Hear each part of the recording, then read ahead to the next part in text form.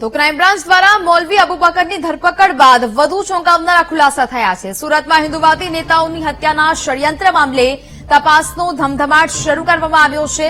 Crime branch દ્વારા ઉપદેશ રાણાનું statement લેવામાં આવ્યું છે।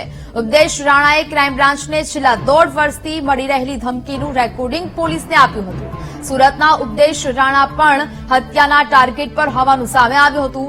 મૌલવીએ ઉપદેશ રાણાને મારી નાખવાની ધમકી આપી હતી। કમલેશ તિવારી અને કિશન ભરવાડની હત્યા વખતે પણ તેમને ધમકી મળી હતી। શહેનાઝ પાસેથી 1 કરોડ રૂપિયામાં સોપારી લીધી હતી। પાકિસ્તાનમાં બેઠેલો ડોગર હથિયારની વ્યવસ્થા કરી આપશે તેવી વાત કરી હોવાનું પણ સામે આવ્યું હતું। સંવાદદાતા ધ્રુવ ફોનલાઈન પર જોડાયા છે। ધ્રુવ, ક્રાઇમ બ્રાન્ચ દ્વારા જે મૌલવી અબુ બકરની ધરપકડ કરવામાં આવી છે, એક બાદ એક વધુ ચોંકાવનારા ખુલાસા થઈ રહ્યા છે, શું વિગતો? સાચી વાત છે। જ્યારથી જ આ ધરપકડ કરવામાં આવી છે મૌલાનાની અને ત્યારબાદ પોલીસ તેમાં ઇન્વોલ્વ થઈ રહી છે, તેના પાકિસ્તાન સાથેના કનેક્શન કર્યા છે, ત્યારે એક પછી એક નવા અપડેટ સામે આવી રહ્યા છે।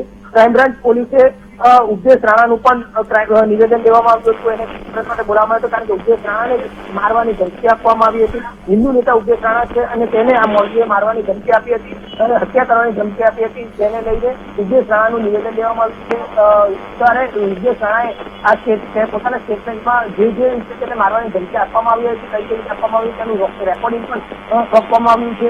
ટાર્ગેટ ઉપર જે હિન્દુ નેતા હતા તે ઉપરાંત સુરતના ઉપદેશ રાણા પણ જયારે ટાર્ગેટ નેતા પર હતા ત્યારે તેને લઈને પણ કઈ રીતની વાતો થઈ છે એ તમામ બાબતો રેકોર્ડિંગ હાલ સુરત પોલીસને આપવામાં આવ્યું છે।